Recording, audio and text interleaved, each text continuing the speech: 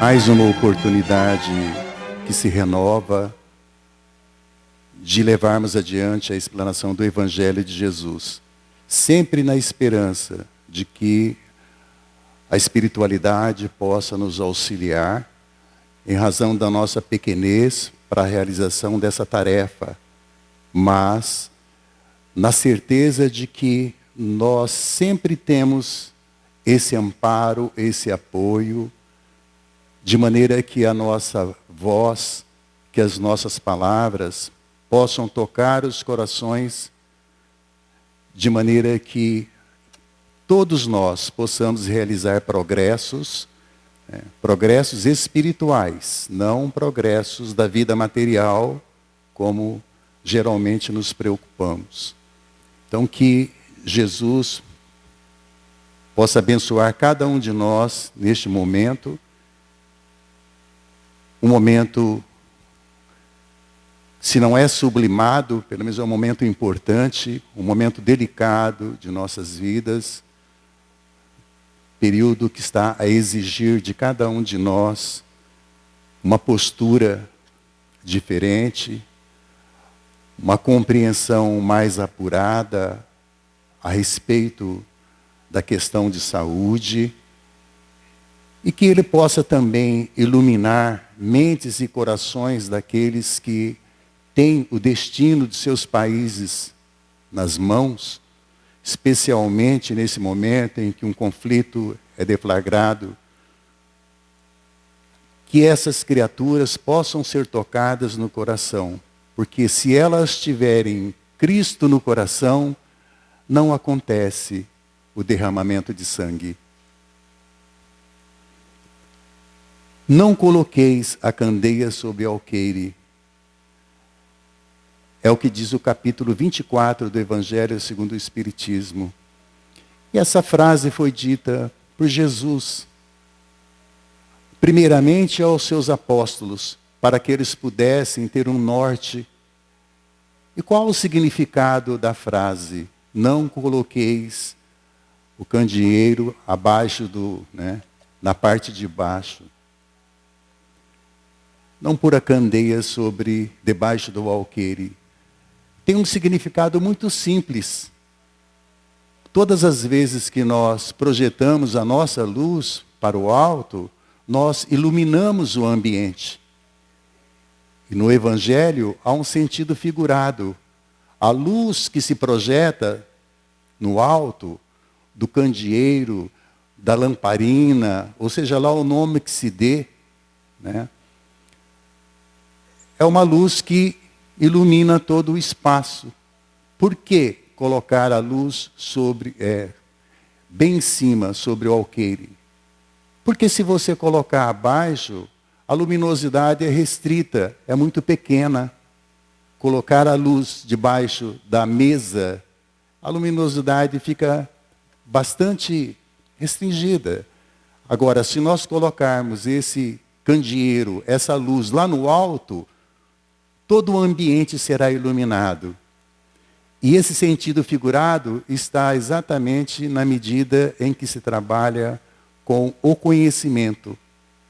Todo conhecimento que nós temos precisa, de alguma forma, ser repartido com aqueles que têm dificuldade. Jesus falou isso aos seus apóstolos, num primeiro momento, para que eles pudessem ter uma noção da boa nova, para que eles pudessem levar a todos os recantos a palavra da boa nova, da nova mensagem de Jesus, de um novo reino que não é deste mundo, como Jesus falou, a Nicodemos: meu reino não é deste mundo. Por quê? Porque é um reino diferente. É um reino numa outra etapa de vida. É um reino que não diz respeito ao convívio em sociedade, na vida terrena, que nós tanto valorizamos. Então, que nós possamos compreender isso. A luz precisa ficar bem no alto, sobre o alqueire, e não debaixo, porque embaixo a luminosidade é muito pequena. Então, todo o conhecimento que nós temos precisa ser entregue às outras criaturas. Todos nós temos o direito de aprender e realizar as tarefas que nos cabe para que nós possamos galgar um degrau a mais na escalada evolutiva. Nós não podemos perder essa oportunidade. Que oportunidade é essa? Do convívio nesse espaço. Porque se nós já vivemos em outras épocas, e possivelmente na época do primitivismo, onde os sentimentos eram terríveis, hoje não. Hoje o primitivismo ficou no tempo. Nós estamos numa era de cumprimento de etapas de provas e expiações. Não é mais concebível que a gente coloque para fora sentimentos próprios do passado, de um passado longínquo. Sentimentos como ódio, sentimentos como ressentimento, vingança. Quando a gente ouve alguma frase com essa conotação, a gente leva o pensamento a Deus para que aquela criatura possa ter uma noção exata do período que nós vivemos, um período bastante diferenciado, com os meios de comunicação nos dando informação em tempo real. Não temos mais uma era de tecnologia, de industrialização, e nós precisamos utilizar bem esse conhecimento. A nossa luminosidade, a nossa lamparina ou o nosso candeeiro tem que estar bem no alto, para que todos possam receber essa luminosidade, a luminosidade do repasse dos conhecimentos às outras criaturas. Gostamos muito de um tema no livro Boa Nova, quando Jesus falou aos seus apóstolos. E ele falava por parábolas. Por que falava por parábolas? Jesus, um exímio pedagogo, ele falava por parábolas. Isso não foi uma criação dele. Os doutores da lei daquela época já falavam por parábolas. Porque quando se fala por parábolas, exige de quem ouve uma certa compreensão. Ele precisa de emitir um raciocínio para a compreensão exata daquilo que se fala. E Jesus foi abordado pelos seus apóstolos. Ele falava na exata proporção das nossas possibilidades de conhecimento. O tema tem a ver com a difusão dos ensinos cristãos, no nosso caso, da doutrina dos espíritos. E as casas espíritas, de forma alguma, podem negar esse conhecimento às pessoas que nos procuram, na casa, negar a recepção, a orientação adequada. Agora, é preciso que haja mobilidade de lá para cá. É preciso que haja vontade para realizar essa transformação pelo conhecimento. Então, nós estamos dentro de uma casa que nos recebe, que nos orienta, que nos acolhe, e que não estamos a sós. Temos inúmeras outras criaturas que se afinizam com essa forma de conduta, que estão conosco. São espíritos amigos, e eles sabem da necessidade de cada um. Eles sabem da dose de energia que nós precisamos. Agora é necessário também que nós estejamos compreensivos, prudentes, que nós estejamos com disposição de receber essa energia que a espiritualidade nos passa. Podem observar a frequência à casa espírita ou à casa religiosa, quando nós nos entregamos de corpo e alma, nós observamos, sim, uma condição melhor quando nós retornamos aos nossos lares. Essa condição é clara. É só a gente observar. Eu posso não ter uma mediunidade aflorada, mas eu tenho aquilo que todos vocês têm. Todos nós temos sensibilidade. E a sensibilidade nos transporta a ponto de conhecer aquilo que se passa conosco, no nosso íntimo, Então, quando retornamos às nossas casas, nós retornamos melhores. Podem observar. E a nossa conduta, os nossos pensamentos precisam estar alinhados com esse benefício da boa energia que nós levamos nesse retorno às nossas casas. Por quê? Porque a luz nos foi entregue. É preciso que nós estejamos também com a nossa luz bem no alto, receptivos. Por isso que Jesus disse aos seus discípulos, né? Discípulos que foram escolhidos com certo rigor. E no livro Boa Nova, como eu disse, ali fala do momento em que Jesus começa o seu apostolado, que ele vai buscar os seus discípulos. Via de regra, eram filhos de pescadores, mas tinham também pessoas de toda a profissão, né? Jesus não escolheu tão somente um determinado segmento, não. Ele foi em busca de homens de todos os naipes, como se costuma dizer, com todo tipo de conhecimento, mas deu a todos eles um certo consenso na realização das tarefas do coração, na compreensão da boa nova que deveria ser difundido entre todos os povos. Mas nós temos inúmeras situações em que os discípulos abordaram Jesus. E uma delas foi essa. Por que é que Jesus falava por parábolas? E Jesus, observando a postura deles, lhes respondeu que eles ainda não tinham a capacidade de observar. Eles não tinham conhecimento ainda.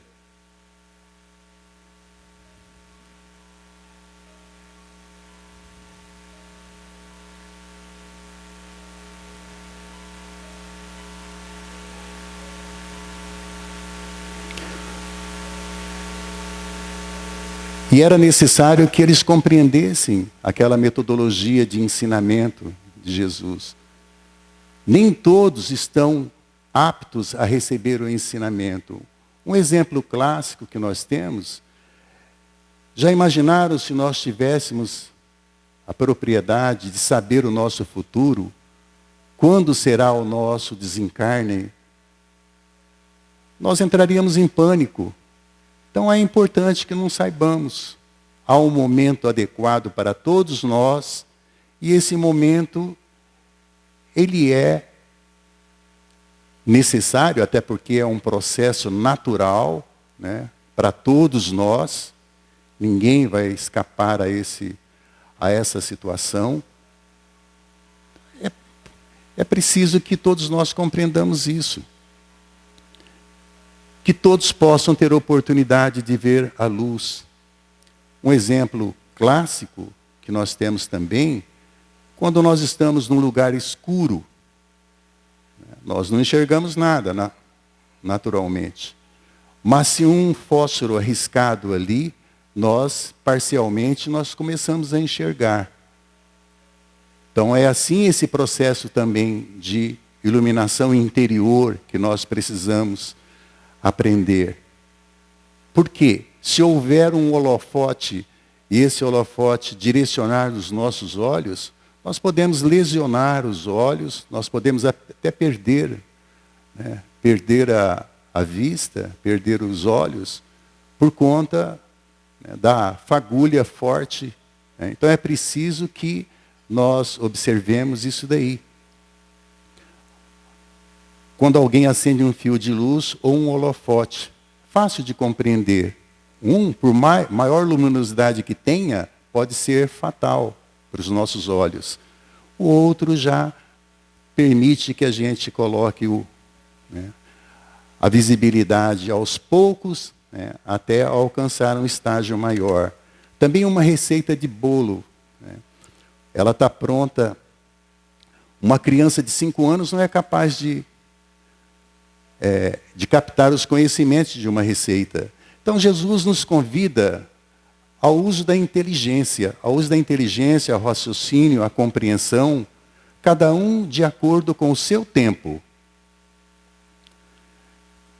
A luz sob o alqueire não significa obrigação de revelar tudo a todos. Significa que o ensinamento deve ser proporcional à inteligência de quem se queira instruir.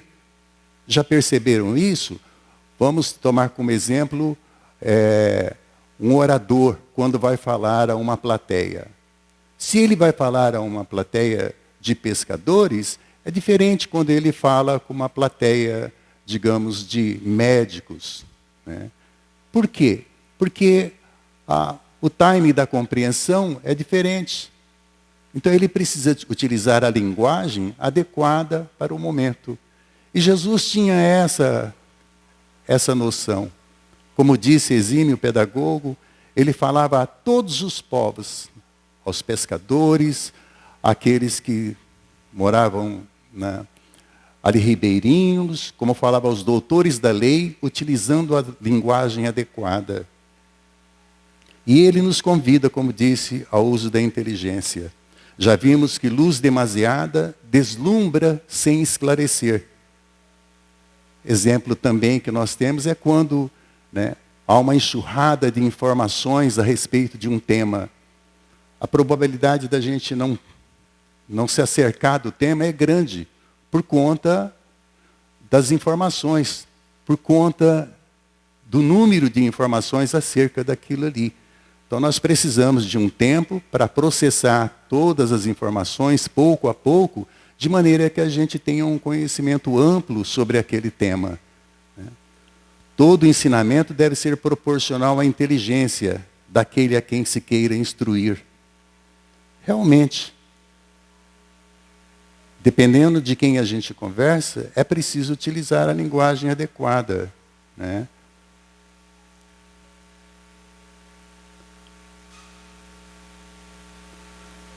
Utilidade da inteligência. Deus nos deu a inteligência para compreender as coisas da terra. Sim, nós compreendemos as coisas da terra, mas sobretudo as coisas do céu, as coisas do novo reino que ele difundiu entre os povos, durante todo o período que esteve entre nós. Sofrendo toda sorte de humilhação, e nós sabemos bem a história, até chegar à cruz do madeiro, mas sem nunca titubear nas suas pregações, nas suas convicções, naquilo que era a orientação para a constituição desse reino. Não colocar a luz sob o alqueire quando o homem raciocina sobre sua fé. Então, que não se deve pôr a candeia debaixo do alqueire, visto que sem a luz da razão desfalece a fé. Então, nós precisamos também estar atentos sobre aquilo que passa pelos nossos pensamentos. Filtrar esses pensamentos para que eles sejam adequados à orientação que nós precisamos. Que eles sejam adequados à postura que nós vamos tomar em relação a um determinado assunto. Todas as vezes que desejamos colocar a luz do conhecimento, tem que ser bem no alto, em cima do alqueire. Jesus é essa luz que ilumina os nossos caminhos e dirige as nossas vidas. E há um momento em que ele diz: a quem muito tem, mais lhe será acrescentado. Aquele que não tem, o pouco que tem lhe será tirado. O que é o conhecimento? Quando a luz é colocada no alto, ela abrange todo o ambiente. E a possibilidade desse conhecimento ser passado é muito maior. Diferentemente de quando a luz está sob a mesa, embaixo, que a luminosidade é bem simplória, restrita. Então a possibilidade, nesse exemplo figurado, de passar conhecimento é bem menor. Então coloquemos a nossa luz bem no alto e com boa vontade passemos as instruções àqueles que precisam. Se eles não aceitam, é outra história. O importante é que nós nos dispomos a passar esse conhecimento, porque nós vamos responder pelos nossos atos, nós não vamos responder pelos atos, né, dos nossos irmãos, de forma alguma. Então, que nós tenhamos essa visão de utilizar a inteligência para compreender não só as coisas da terra, que nós nos ligamos aqui terrivelmente, mas, sobretudo, as coisas do reino de Deus, né, que nos espera de acordo com a nossa postura nesse momento, porque somos escravos da colheita, considerando aquilo que nós plantamos.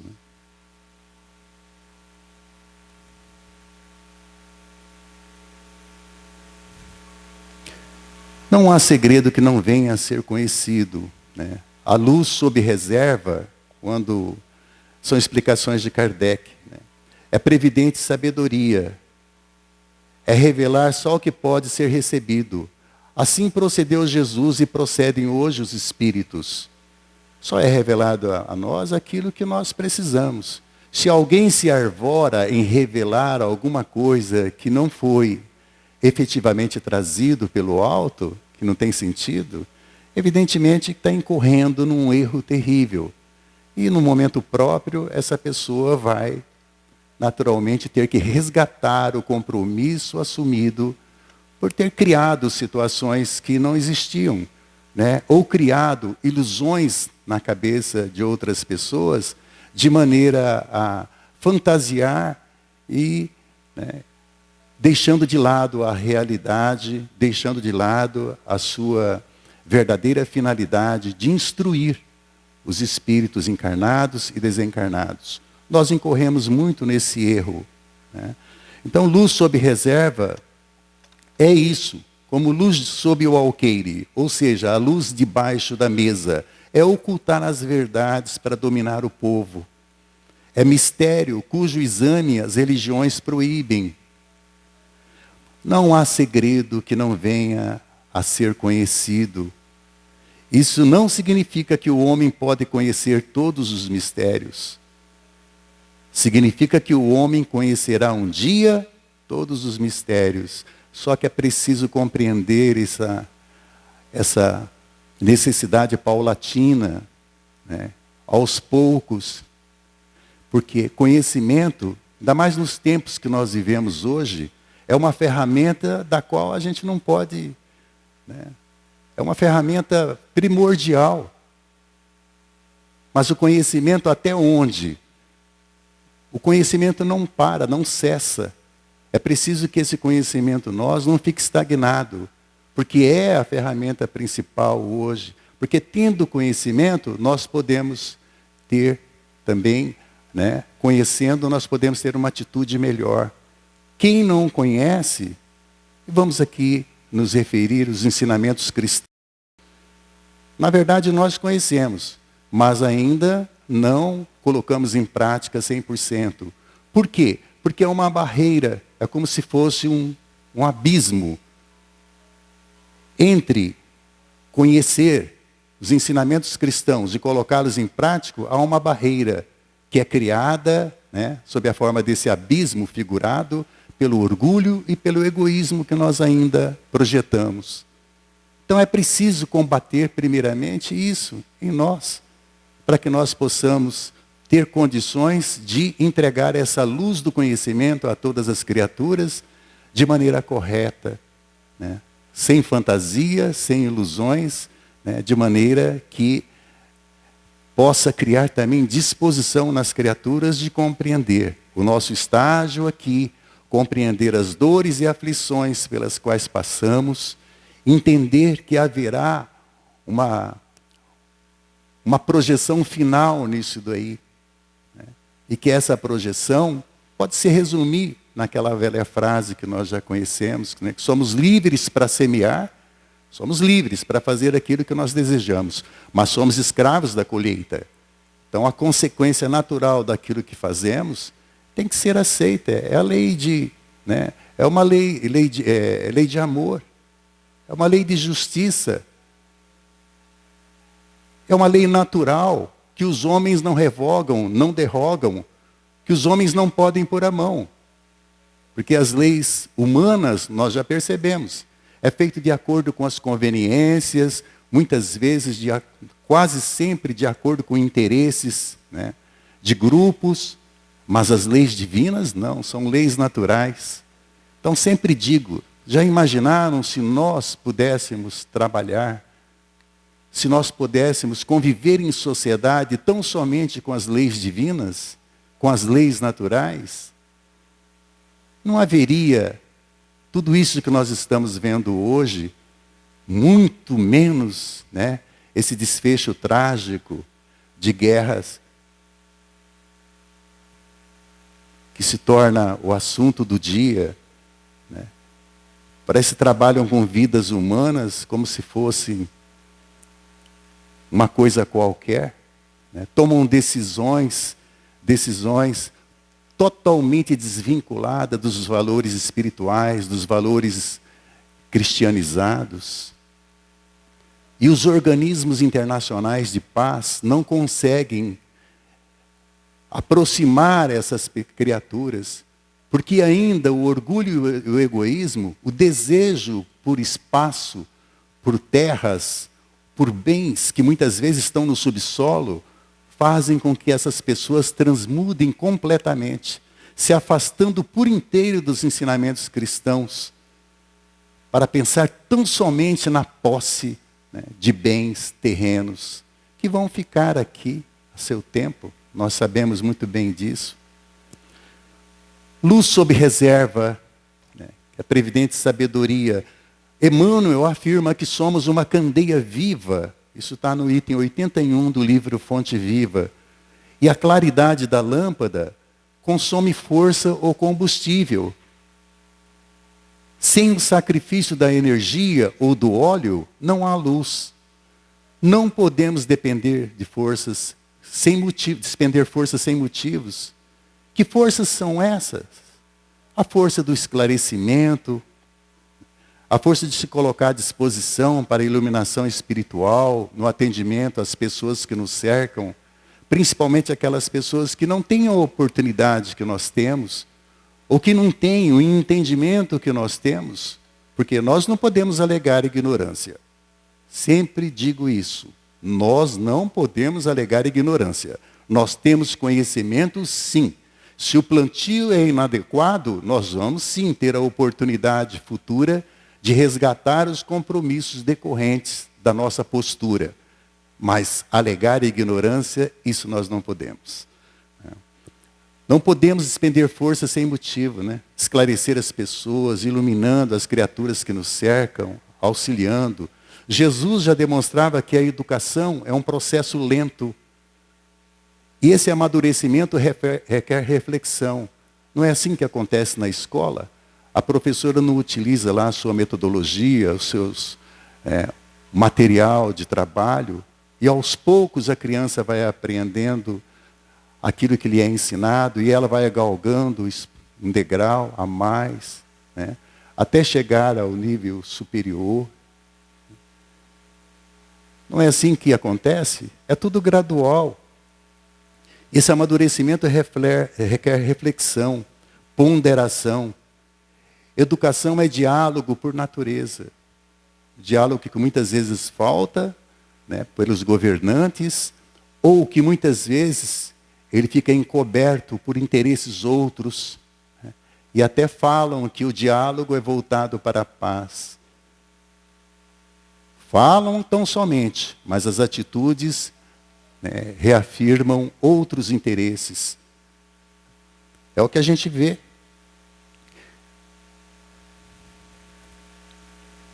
Então, é importante isso.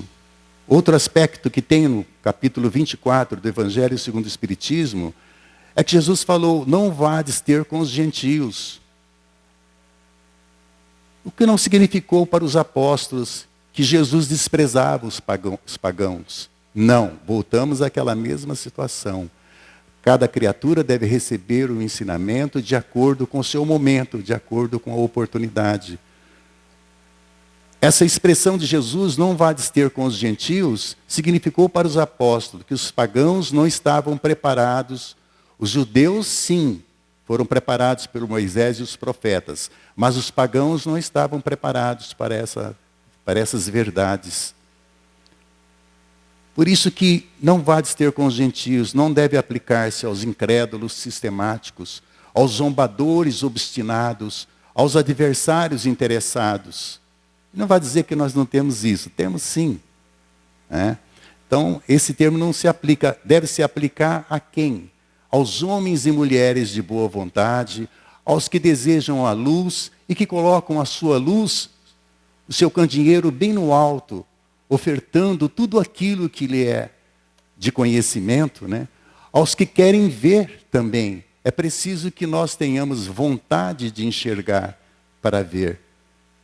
Desculpe aí o trocadilho, mas né, a redundância, mas é para a compreensão de todos nós. Se eu não tenho vontade, se eu não ligo, de que adianta o esforço do meu mestre, daquele que está me passando os ensinamentos? Então é preciso deixar tranquilos os outros. Não é dar mostra de indiferença, mas de boa política. Chegar-lhes à vez, quando estiverem dominados pela opinião geral. E outra palavra que Jesus, né? Outra frase de Jesus, né? Os sãos não precisam de médico.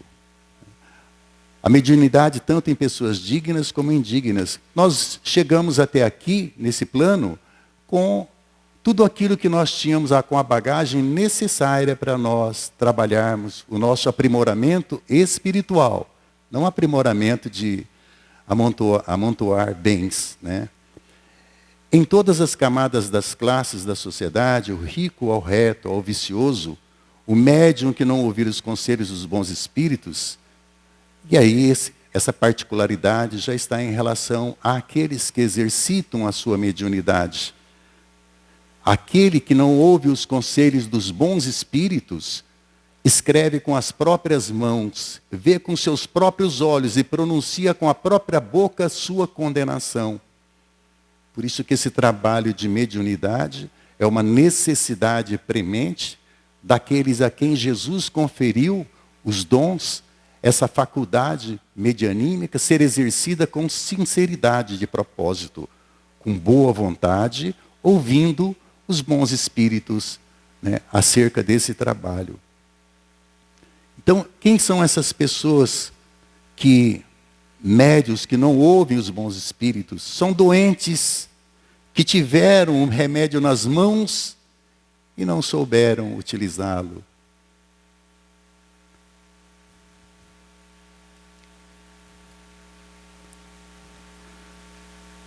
Por isso também que nós sempre observamos que exercitar a nossa fé é preciso ter coragem. Coragem.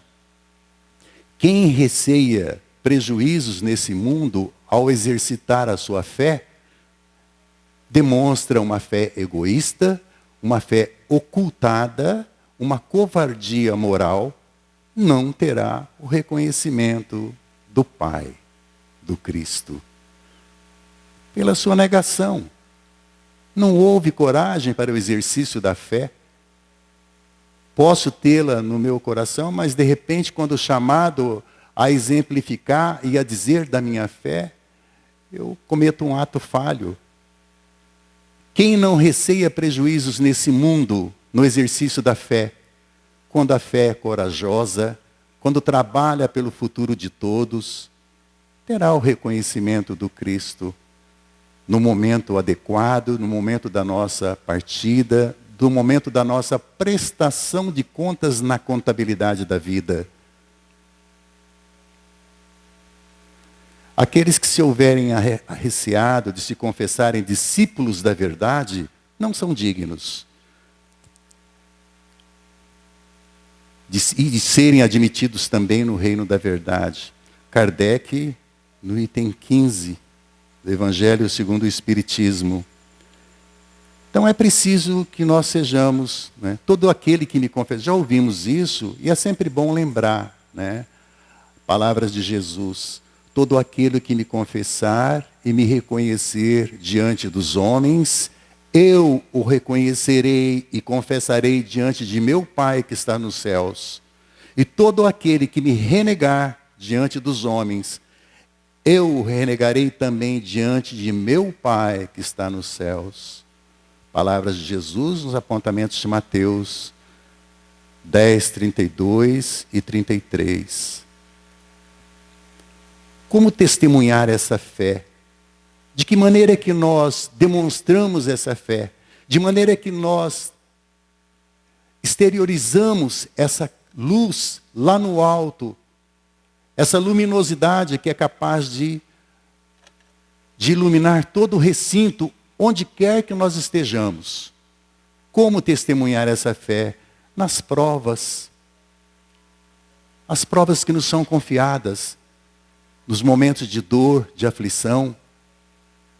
Nessas provas, rejubilai-vos. É a ocasião de provar a sinceridade de vossa fé, para que a verdade triunfe. Não procure salvar os bens ou a própria vida. Já vimos que essa transferência para a pátria espiritual é um processo natural. Todos nós estamos sujeitos, todos nós somos iguais perante o Pai, não pela lei dos homens, né? Artigo 5º da Constituição Federal. É bem diferente a lei divina, a lei natural, né? Para que a verdade triunfe, não procure salvar os bens ou a própria vida, renunciando ao Cristo. Não. Considerai-vos ditosos quando haja homens que, pela sua má vontade para convosco, vos deem a ocasião de provar sinceridade da vossa fé, porquanto o mal que vos façam redundará em proveito vosso. Lamentai-vos por sua cegueira e não os amaldiçoeis. Palavras de Kardec, item 19 do Evangelho segundo o Espiritismo, capítulo 24. Então, para finalizar a nossa breve alocução, na esperança de que a gente tenha passado alguma coisa que possa provocar uma reflexão quando no nosso retorno aos nossos lares, nós agradecemos aos espíritos amigos, agradecemos a todos aqueles que caminham conosco no dia a dia, agradecemos ao anjo guardião, que está sempre equidistante, sem entrar no mérito das nossas decisões, nos intui aos bons procedimentos, às boas resoluções. Agradecemos ao Pai pela oportunidade que nós temos de vivenciar esse período terreno, sabedores de que nos espera uma outra etapa. Aproveitar com sabedoria aquilo que nos é passado ao conhecimento. Também repassar esse conhecimento a outras pessoas, todos aqueles que nos cercam, seja sob a forma de ensinamento, sob a forma